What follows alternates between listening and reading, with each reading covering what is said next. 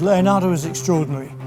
He attracts myths, he attracts incredible events, he attracts thefts, he attracts all sorts of dubious goings-on, and I get besieged by the people I call the Leonardo loonies.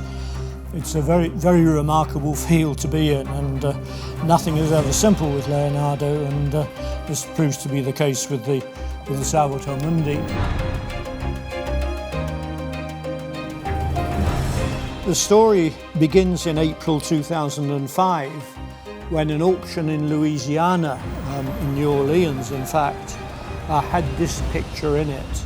All these auctions are online, and two dealers saw this in the sale in Louisiana online.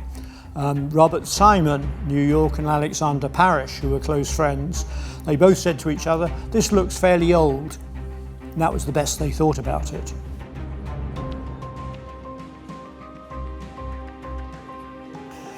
Anyway, they got it for 10,000, thinking it was an old picture and it might come up quite nicely and maybe be worth a penny or two.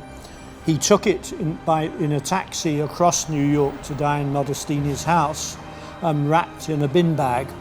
Diane did a test clean and said, "Oh, this is obviously worth having a go at," because it was clear that there's an enormous amount of overpaint on it, of a very crude kind. And one day she called Robert Simon and said, "You really have to come and look at this."